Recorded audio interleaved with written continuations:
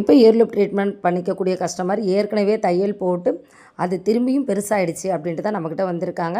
அதுக்கான ரீசன் வந்து தையல் கிடையாது. அவங்க தையல் போட்ட இடத்துலையே காது குத்திக்கிட்டது தான் ரீசனே, வேறு எதுவும் இல்லை.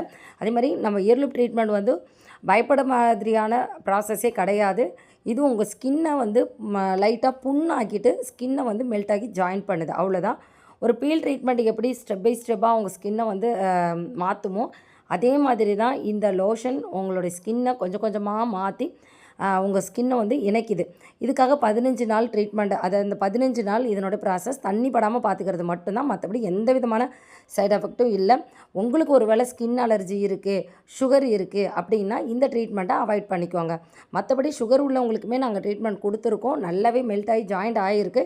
இருந்தாலும் சுகர் உள்ளவங்களுக்கு நாங்கள் முடிஞ்ச அளவுக்கு அவாய்ட் பண்ணிக்கிறோம். அவங்களுடைய அனுமதியோடு மட்டும்தான் நாங்கள் செய்கிறோம். சுகர் உள்ளவங்க மட்டும் இதை அவாய்ட் பண்ணிக்குவாங்க.